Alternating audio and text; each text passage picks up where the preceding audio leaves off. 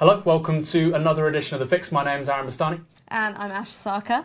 Today we're trying something a bit new. Okay. I just thought I'd spring this on you. Right, okay. We are premiering a new segment called Fix Up Look Sharp. So what we want you to do is tweet us or comment on the live feed with your questions. And they can be about anything. They can be political questions. They can be ethical questions. They can even be personal questions. Just don't be really creepy about it. And we will answer them 100% honestly. And if we can, we'll even try and be a bit useful. How about that?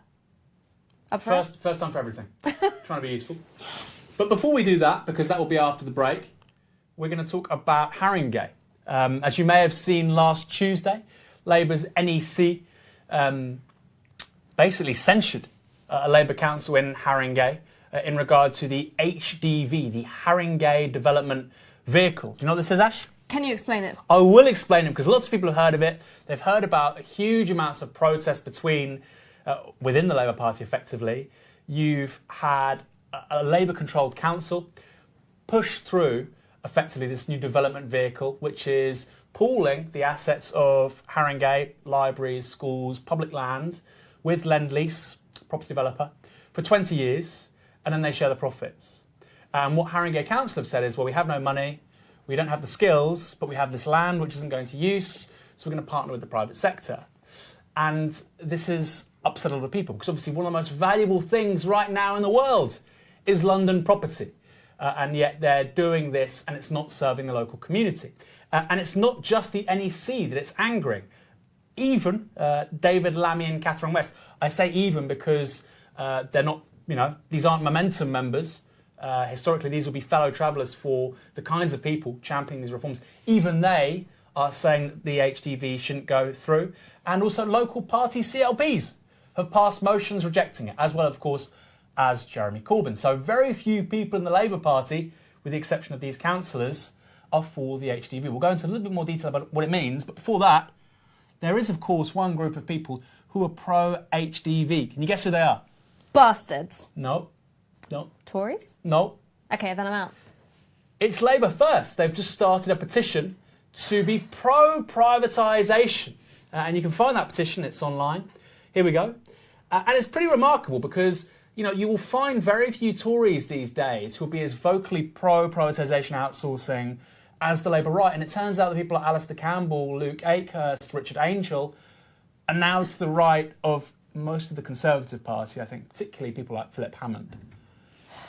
So here's the thing, is that these are people who have been squawking about the need to empower constituencies vis-à-vis the excesses of Labour Party leadership. And it seems to me that everyone in the constituency, apart from this hardcore rump of councillors, is anti-HDV. And instead of taking a look at what's actually being said in the community, the mood on the ground, Labour First are like, no, we're just going to take these, 20-odd councillors and decide that they're representative of the entire borough of Haringey. Yeah. Well, the argument is, and actually it's on that Labour First petition, you can go check it out. It's pretty much the only thing on that website, because it's a pile of dog shit, to be quite frank, is, whatever it is, they're just really, in this NEC election, which of course John Landsman, the landslide, was elected to the NEC, the share of the vote from the Labour First candidates went down on last time. So people are alienated by this nonsense. This is a quote from a local Labour councillor, Stuart McNamara. We're about to pull this up.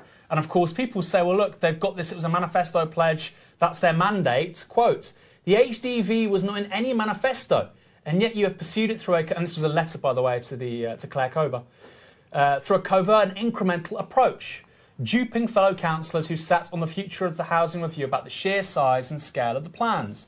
Both MPs and both the Tottenham Labour Party and Hornsey and Wood Green Labour Party actively oppose it.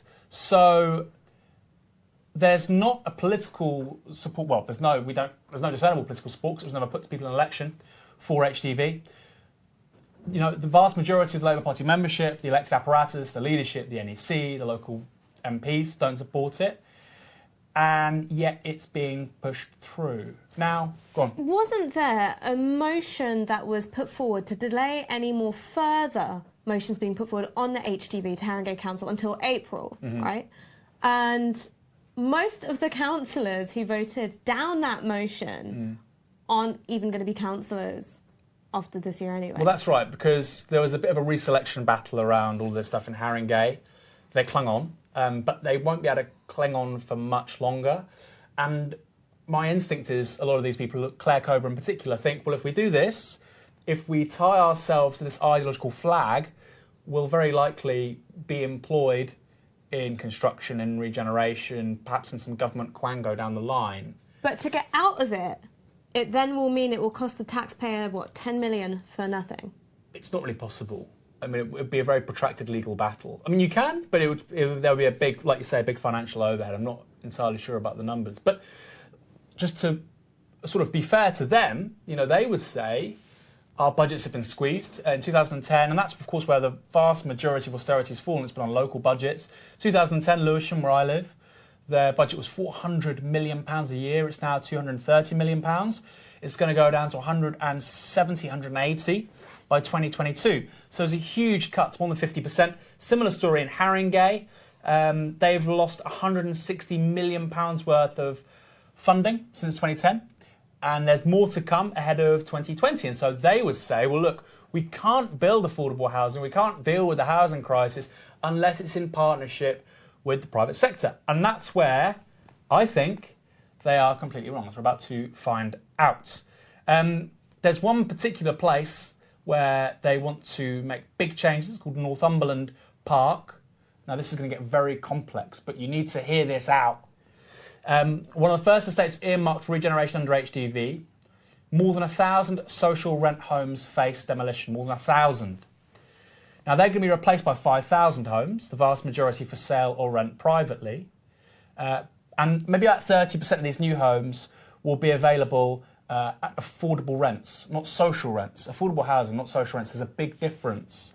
So the people that are having to leave, they're saying, well, you can come back and it will be affordable housing, not social rents. But the difference is about 40% of market value to 65%. So that's a big increase for people's rents. And so the argument they would make is we can solve the housing crisis only in partnership with the private sector. You're not even giving new people homes. You're making the situation even worse for people that already are low-income renters. So it makes no sense at all, really. If I was to ask you how many council homes do you think the London Borough of Haringey have sold since 2010-11? How many council homes, given that they've got, rampant housing need, many people living in temporary accommodation, thousands of people actually, how many do you think they've sold, these council homes? Okay, I'm just thinking about it in terms of who the two Haringey MPs are. I would say, I don't know what, you'd sell off 100, 200, anything else than that, you'd be in electoral trouble, right? They've sold 600. They've sold 600 council homes since 2011. Guess how many they've built? Maybe they've built more, right? Maybe that's okay, because they're using the revenues from these ones that are being sold to then... You'd have to, if you're selling off 600... Right. You would want to match that, or as close to match that in how many you're building. Otherwise, it's just a completely kamikaze housing policy. Right, it's what Thatcher did, isn't it? So... It's what Tories did. It would be... If you've sold off 600, yeah, I would say you're building 600 or near to 600. Since 2011, Haringey Council have built 0 council homes. For fuck's sake. 0. They've sold 600... let me get the data up in terms of how many people are homeless in the borough. This is from Shelter, very reliable, which, by the way, the data you're looking at there is from Shelter. The number of vacant dwellings has gone up from 1,900 in 2010 to 2,500, so lots of empty homes. Like I say, no council homes are being built. Council homes are being sold. The number of households accepted as homeless and in priority need, up from 51 in 2010. Priority need, homeless, up to 198 in the first quarter of 2012. Just in those 2 years, it quadrupled, and yet council homes are being sold and no new ones are being built. So where's all that money going? There is clearly money that would be made from just that. That's not being reinvested. And when you do the private partnerships with Lend-Lease, That's not helping these people out. Actually, only more and more people are living in precarious and temporary accommodation. So it looks like a bit of a con. It's a scam. I mean, it looks like a scam, right? It looks like Claire Kober is a scam artist, which would make sense given that she's about to not seek re-election. Jesus. So, yeah.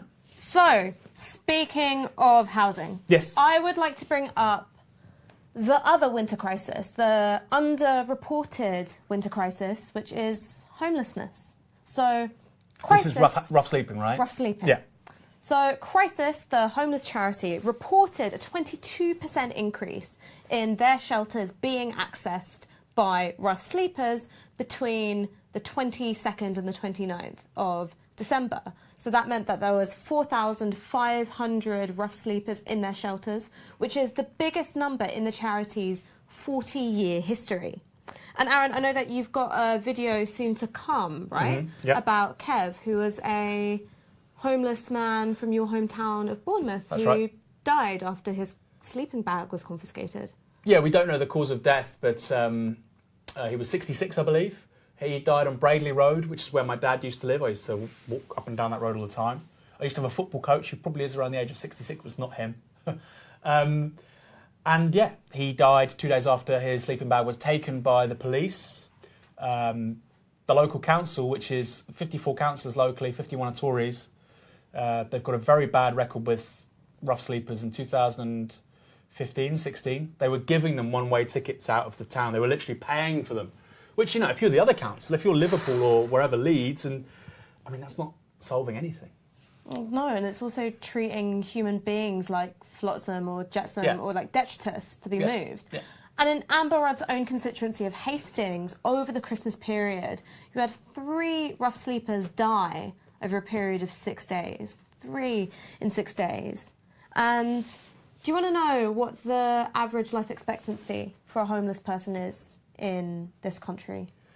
Right, so, I mean, there's a lot of countries now in sub-Saharan Africa which have a life expectancy in the mid-60s. I mean, even India is hitting, I think, 70-something. Yeah, but that's because if you listen to my mum, turmeric will make you live forever.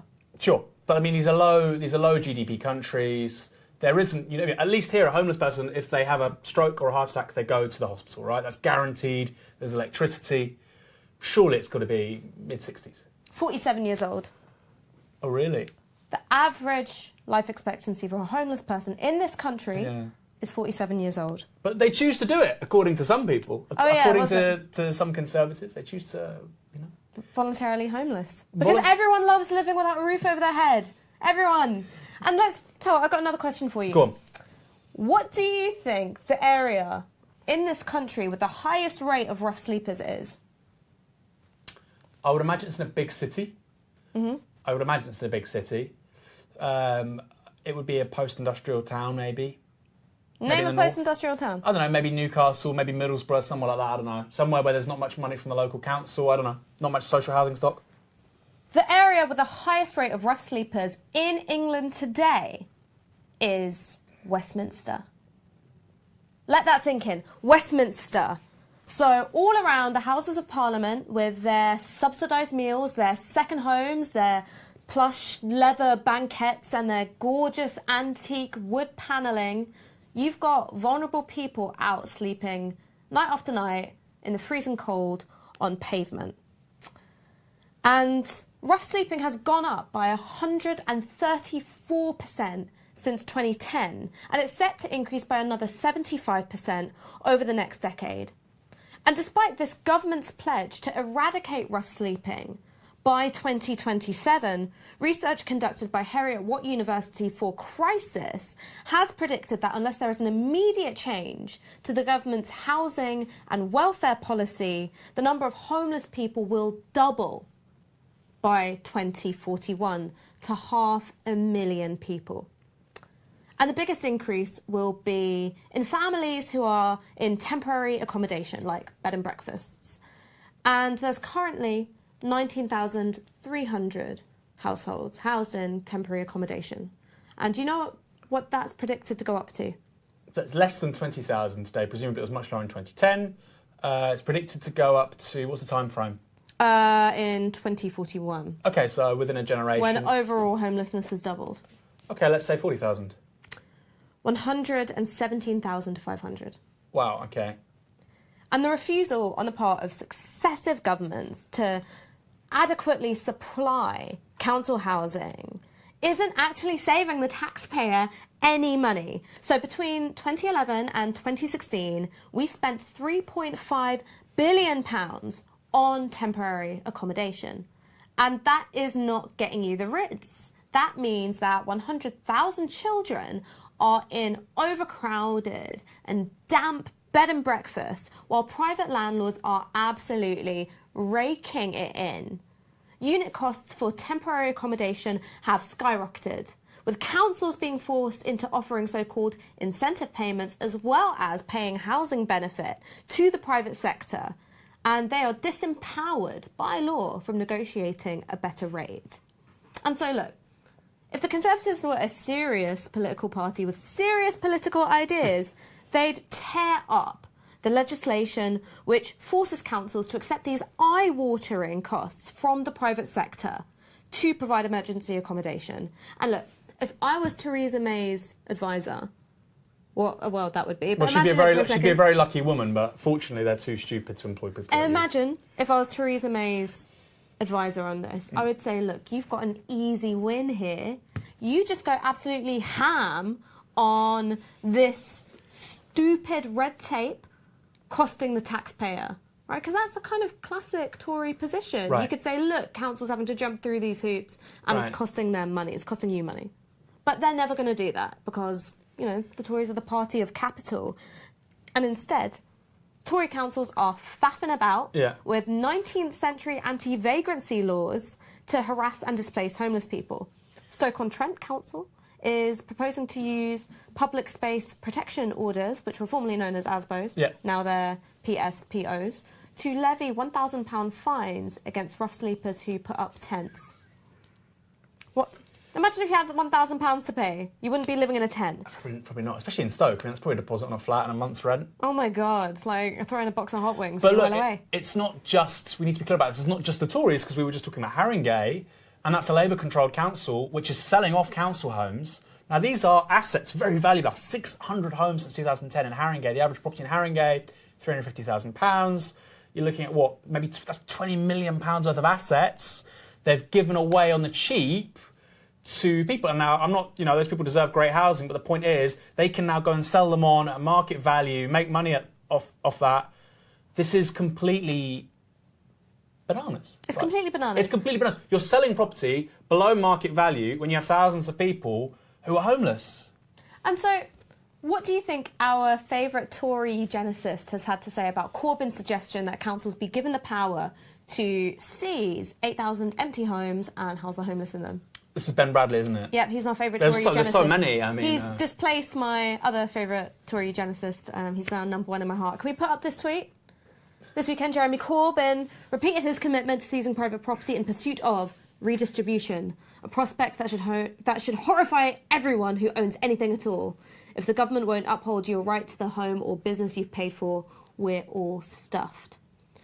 And I, for one, Ben Bradley, would like to thank you from the very bottom of my heart, because I'm glad that you, a man of the people, are out there winning over hearts and minds and protecting the empty homes of the rich from the horrifying prospect that they should actually be lived in by someone in need. Thank you, Comrade Bradley.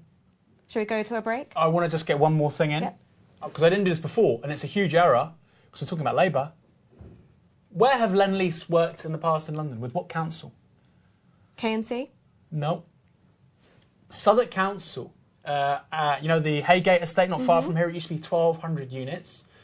That was sold to Lend-Lease. Guess how much it was sold for? £50 million. It cost the council £44 million to decant the estate anyway. We should have some links coming up for this, because I'm not making this up. It sounds like I'm making up, but I'm not. So effectively, they gave this huge 1,200 unit estate to a private developer, and guess how many of those units were subsequently purchased by local people? How many? 1,200 former units, all socially owned, pretty much. Every single one was bought by a foreign investor. Jesus. Every single one. And this is another Labour council. So, yes, of course we want to criticise the Tories at a national level, but whether it's Newham, whether it's Southwark with Peter John, whether it's Haringey with Claire Cober...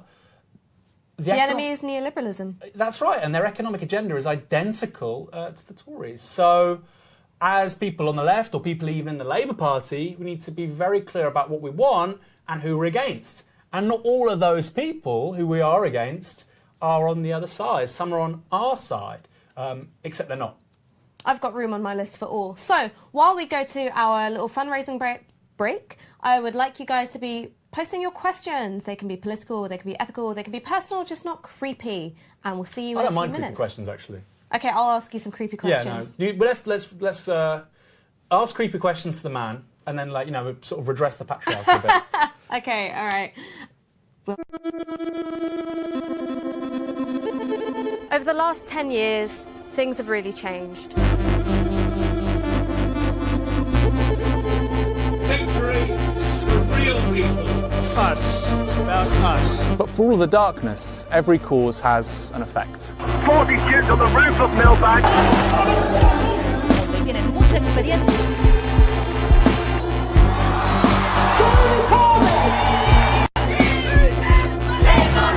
For all the talk of change, the present moment is really one of crisis. A crisis of democratic representation. Of identity. A climate crisis. Of a failing economic model which isn't working for most people.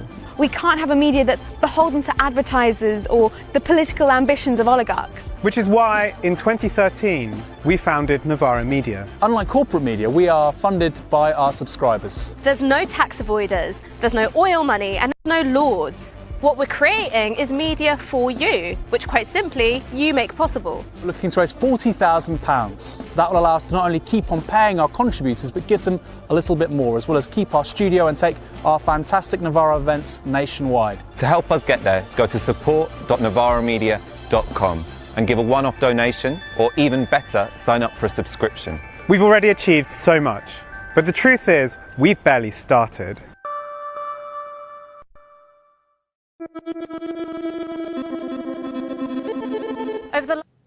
We're back!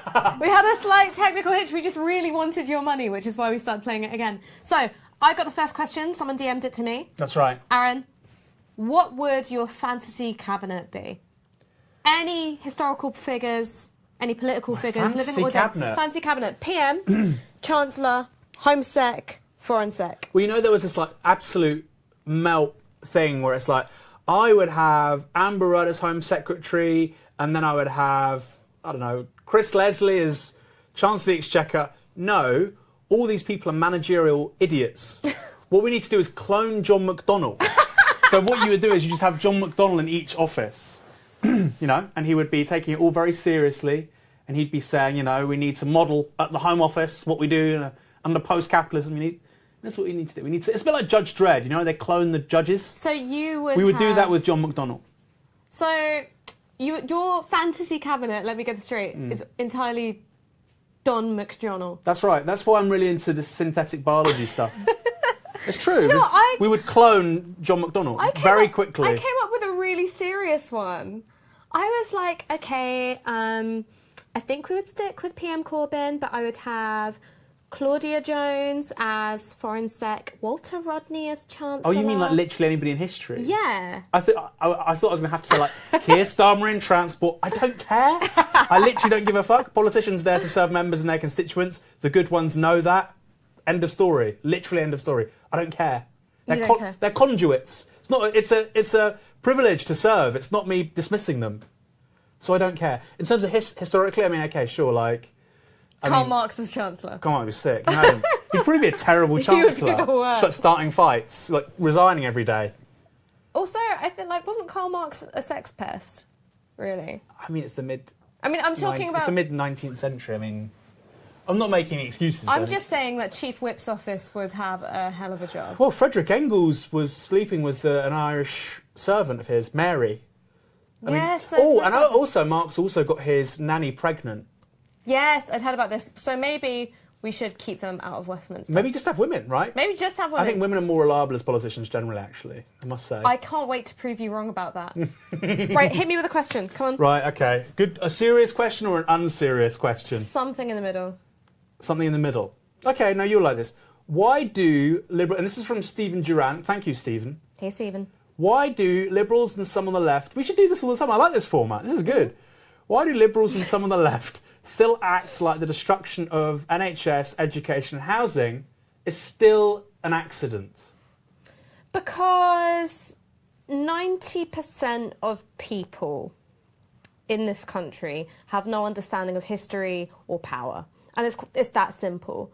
They would like to live in a world where the only things that affect them are the product of maybe the last 12 months. And that's it. Because within that short-term thinking, you are king, right? Your own cultural or intellectual transformation is everything. So if you clock that something is a problem or like, hey, wait, guys, we can do this better, obviously, we're all these just sort of like, you know, atomized but somewhat benevolent beings, and, you know, we can just pull up our socks and fix things. Whereas if you realise that these things aren't an accident and are the product of ideologies, some of which are centuries in the making, if you're thinking about the impact of colonial legacies on shaping our daily life, or if you think about the impact of, I don't know, discourses in the 19th century about the working class and their, you know, inherent disposition to failure or sickness, and that these things are shaping how our NHS is being treated now, then on the one hand, it's a bit disempowering because you're like, shit, what do we do? We're up against centuries.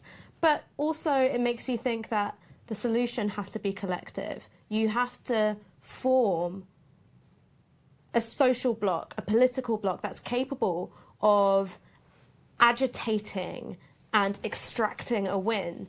And it's so much more than your own political journey then, right? So do you think the key difference then between somebody who's left-wing and somebody who's liberal is somebody who can situate the present situation within a historical context? I don't think liberals have any idea of history. Right, exactly. I mean, I saw on the Rubin Report, and he was Your new favourite programme? I mean, they're idiot. I love this new American right because they're all fucking idiots. This guy, not James Rubin, he's a former Clinton guy. I can't remember his name. Something Rubin. He was interviewing this African-American conservative, and he was saying there's no such thing as racism, there's African-American conservative. And because the guy is not a very good host, he couldn't really give a response. And he was going, you know, give me an example. And then he would say, well, policing. And he had a good rebuttal to policing. He said, well, black on black crime kills more people. He went through all the numbers. It was a moderately strong argument. It wasn't an illogical argument. But then you think, if you situate it historically, and he was starting complaining about welfare. So welfare's destroyed black people, black communities. So, mate, the GI Bill. Every returning GI from the Second World War was given access to credit, was given free university education, cheap mortgage credit, they could start businesses. Black African Americans returning from the Second World War, all men obviously, black and white, couldn't access it. Only whites could. So if we want to talk about like the equivalent that the US had of the British welfare state after the war, it was whites only, my friend. And nobody's talking about, welfare queens, because it was all white men that benefited from it. Another one, he's saying there's no racism today. It's not like Martin Luther King. Well, okay, the Civil Rights Act was 1964. When, in your strange universe, did racism stop existing? Was it literally the day, 1964, now it's over? And I think people on the left know these things. But liberals they had this disease. They don't, like you say, they just don't think historically. It's like liberals, to me, it doesn't matter how progressive they think they are. They're like well-intentioned goldfish. So I'm like, that's nice, but you're really not doing me any good here. You need a better sense of memory. Should I ask you the next question, or you ask me a question? Because I half answered your last question. Yeah, give me one that's just for me. Thank you. This is from Kevin Smith. Why I have no girlfriend. Kevin, I don't know. Right? Because look, the reason why I don't think you've got a girlfriend, Kevin, is because, to be quite honest, I've been telling women stop dating men. And I'm going to explain this in a second. It's not out of any sense of lesbian separatism. It's out of a sense that men long you out. Men are a waste of time. They take up your energy. Well, it depends how old Kevin is, right? I'm just saying I mean, that the reason why he doesn't have a girlfriend is because I've been advising girls to not date. If Kevin's under, so I'm taking responsibility for that one. If Kevin's under, I'm about to alienate the entire Navarra audience under 25. Kevin's under 25. I think you're almost certainly right. Young men are a pain in the arse. I mean, I was one. So older men are a pain in the arse too. They're less of a pain in the arse. No. Older people in general are just less of a pain in the arse. When's the last time you dated an older man? Oh, actually, I have been with an older man, but I don't like to talk about these things, you know. And he was a very nice chap. There you go. That's a Navarro exclusive. He was very nice, very courteous, actually. A very well-meaning man. Okay, no, I'm going to answer Kevin here why I have no girlfriend. Kevin, look, take my advice. Can I speak to this camera? Because I want to make it. This is an address to you, Kevin. Take my advice. You know, I'm a bit sloppy now. You know, this is kind of like chicken wing, bingo wings. Work out, okay? This is the first thing, okay, Kevin? Work out, go to the gym. You don't have to be very attractive. All women say, I don't care about their body. Believe me, when you're 10 stone, nobody looks at you twice. When you're 13 stone, they look at you, okay? Second thing, shower twice a day, Kevin. Now, this is really important, okay? Smelling bad is not good. Number 3, always wear clean underwear. Okay? This is, again, very, very important. And number 5, wear a fragrance. And I really can't, you know, talk about this enough. Women, for some reason, respond to different kinds of cues. Now, men, I heard this is a great line. Men read people, women listen to them, okay? So that's about the kinds of conversations you're having, and men, like, they just read people in terms of what they look like, the visual cues, etc.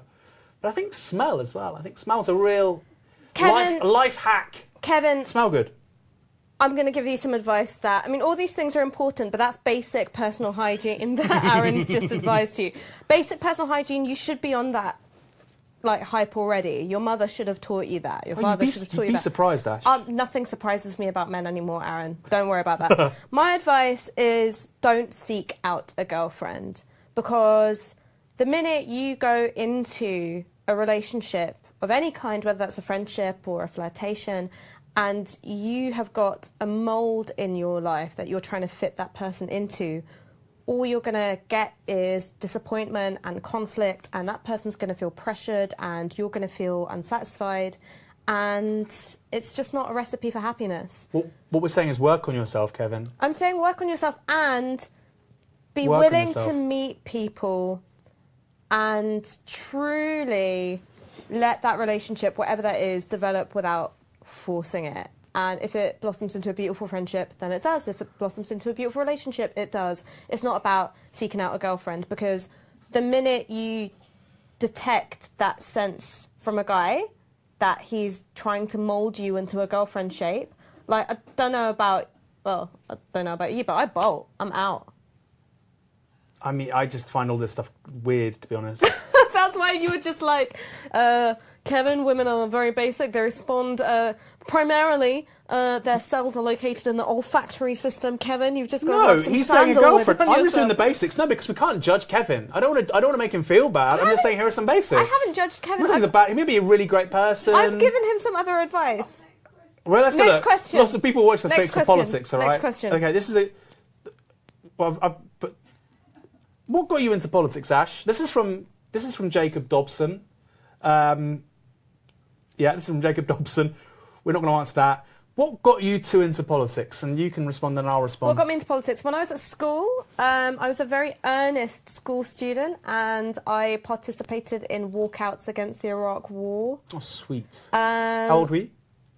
My first walkout, I was 11 or 12, something like that. Mm-hmm.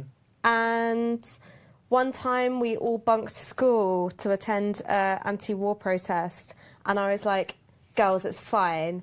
No one's going to know. Like, we left for school in our uniform. We put, like, our normal clothes on underneath, and we got on the bus and we took off, like, the blazer and all that.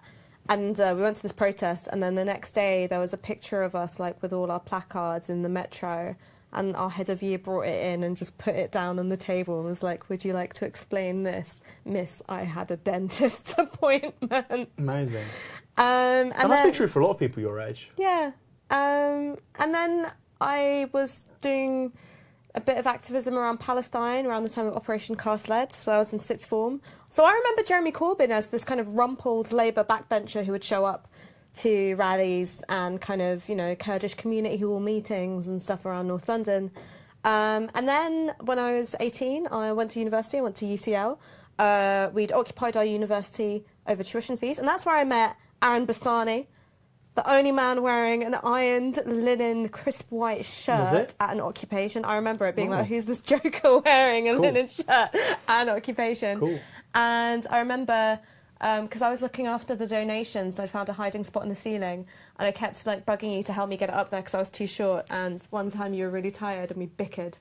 Oh, sweet. I've got a really good memory for these things. Oh, I think what got me into politics was my dad being a completely crazy Iranian person. That's what got me into politics. I had a Catholic mother, very self-righteous. Mm-hmm. She thought she knew best about everything, put the world to rights all the time. It wasn't in a very political way. And then my dad was just a crazy Iranian. And obviously the broader context is imperialism in the Middle East. Despite what some of the fuck you dad left, as I like to call them, say on Twitter, I'm not pro-imperialism. I don't want my auntie and my grandmother to be bombed in Tehran, thank you. And the one moment that really stands out for me is actually the Iraq War as well. My dad had sussed out that I was relatively smart. I was going to do well in my A-levels because I'd been a clown up until about 16. And so I was starting to sort of... And also when you're about 15, 16, you realise that your parents don't know everything, right?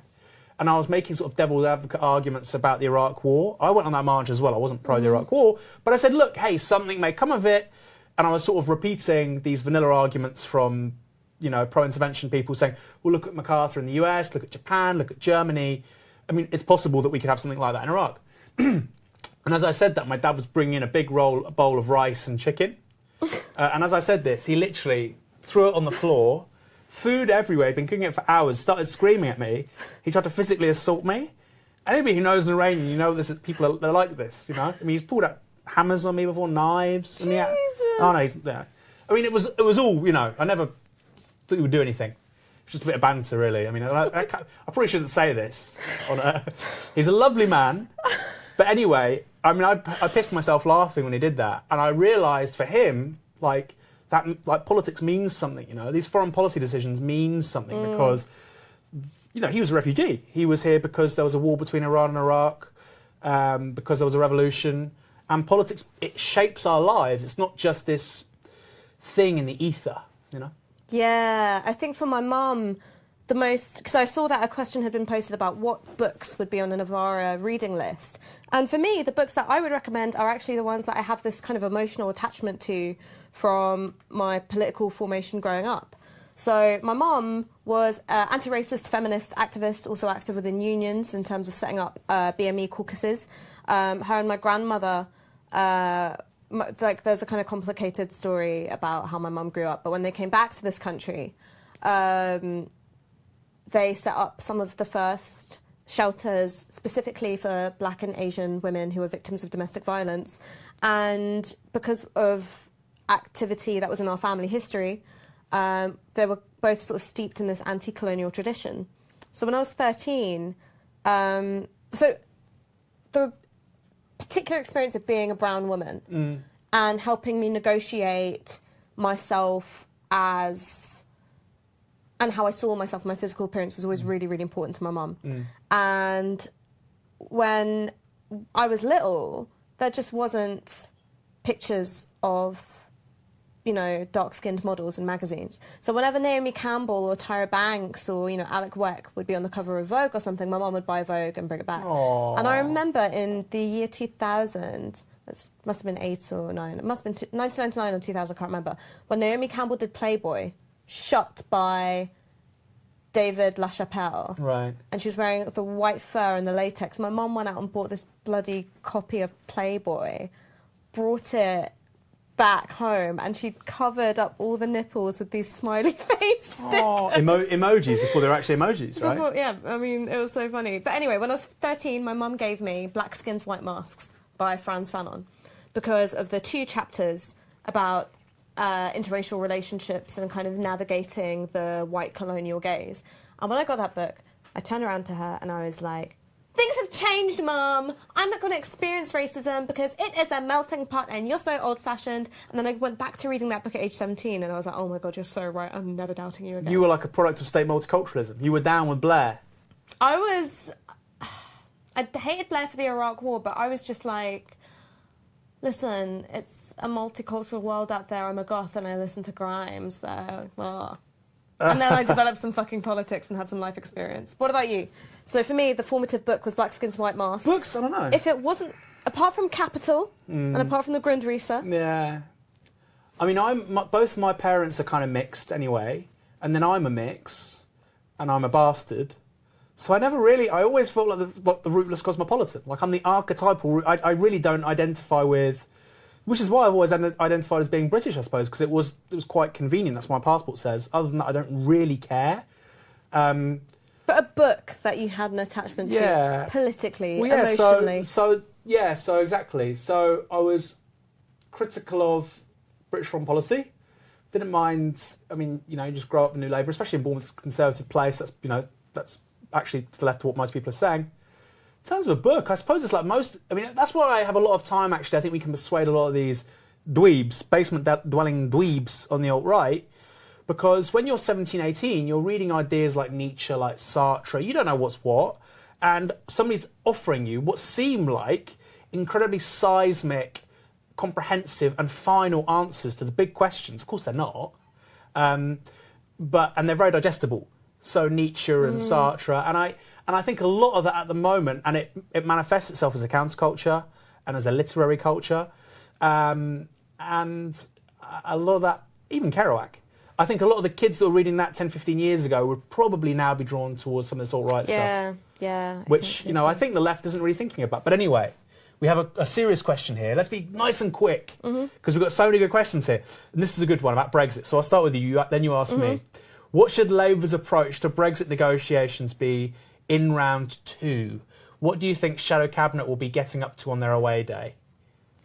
Oh, I mean, so this is one of the things, right, is that there is a bit of a split in the Shadow Cabinet, especially the Big Four, right? You've got Dan Abbott, who is very keen on the European project and feels very strongly towards it and wants to preserve that almost at any cost, I think. And you've got a much more circumspect attitude towards the European project from McDonnell and Corbyn and also Trickett, right? Yeah. So I think that's a tension which so far has been neatly evaded, and I don't know how that's going to play out. I'm personally in favour of a referendum on the terms of the deal. No, I mean, we're probably going to have to do it anyway, but yeah. And I think that the reason why...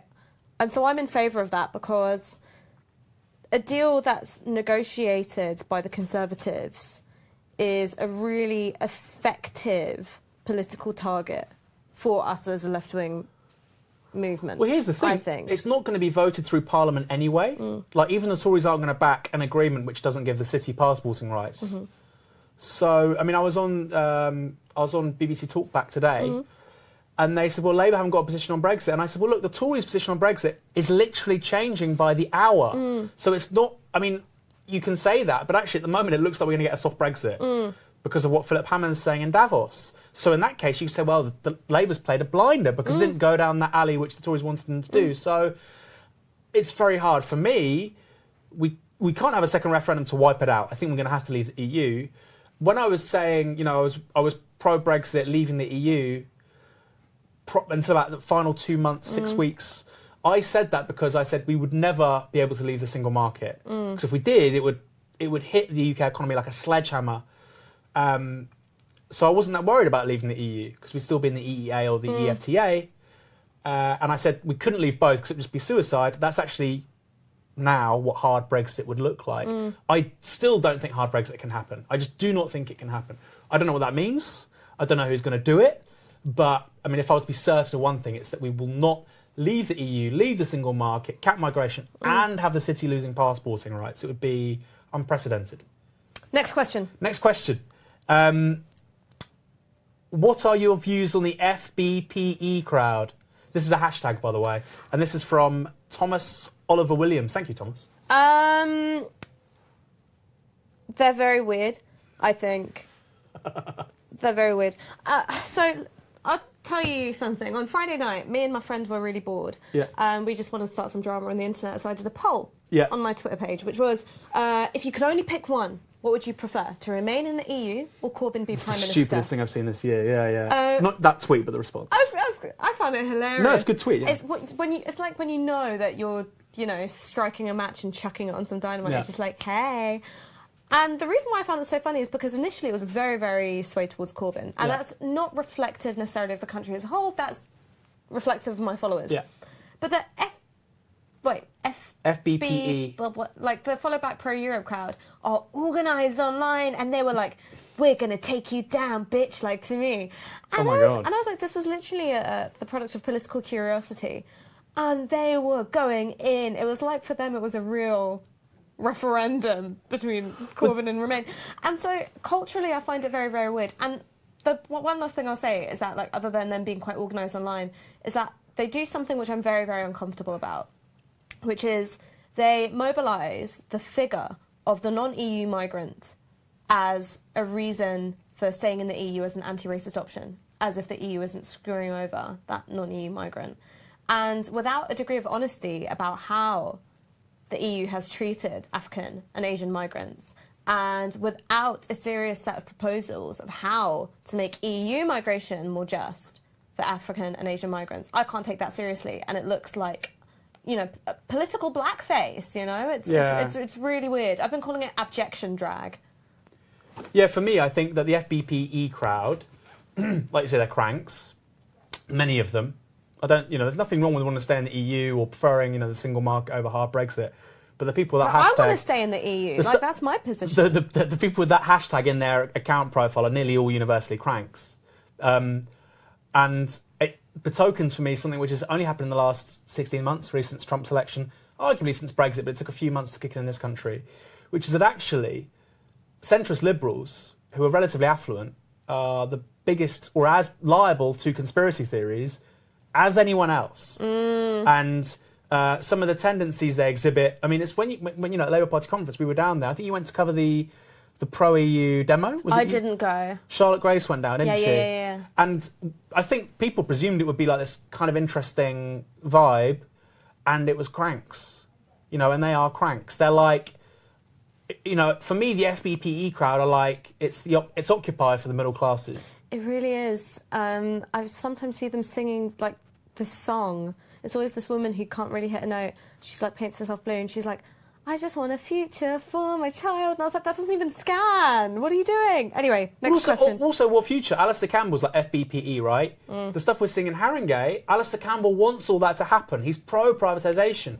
So you're pro this, but we stay in the EU over the opportunity of a Corbyn government. I think it's completely batshit. Clearly, if it was one of those two things, I know what I would go after. I would have opted for Corbyn for Prime Minister, but I thought it was an interesting political proposition given that for most of my friends who are Remain but pro-Corbyn, that would sort of just be an interesting tension to tease out. I didn't realise I was opening the door to internet hell. Yeah. So we've got one more question. Mm-hmm. Let's have a serious question. Someone asked me what trainers I was wearing, and I just want to say... Go on. Air Jordans. My friend brought them back from America. They're great. Oh. Crep check. James M. Arnold asks, what should... Oh, no, I've already done that one. Sorry, James. There's a Jacob above you as well. Marcus John Howes. Okay, Marcus. How can Labour, Marcus John Howes asks, win support for its economic policy and destroy the myth of Tory economic competence? I have a good answer for this. I've got an answer for this. You go on then. Okay. I'll repeat that because I kind of didn't get it right first time. How can Labour win support for its economic policy and destroy the myth of Tory economic competence? Okay, so I'm really excited about this one because it's not actually about just what Labour should do, it's about what we should all be doing. And this is also about something that Navarra will be doing, which is a new series of videos explaining economic concepts and addressing quite basic economic questions. We'll be shooting our first one next week. I've just penciled in a shooting day. I was going to tell you about this after the Oh, break. very good. And it'll be addressing things like, what's the ideal debt to GDP ratio? Or why renationalise?